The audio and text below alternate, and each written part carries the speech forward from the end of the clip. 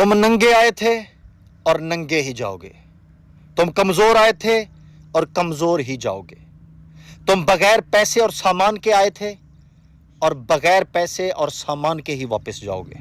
तुम्हारे पहले गुस्ल में किसी ने तुम्हें नहीं नहलाया था और तुम्हारे आखिरी गुस्ल में भी कोई और तुम्हें नहलाएगा।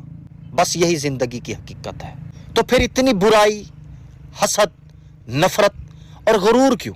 सबके साथ मेहरबान बनो, अच्छाई करो और इस कीमती जिंदगी को फजूल में ज़ाय मत करो।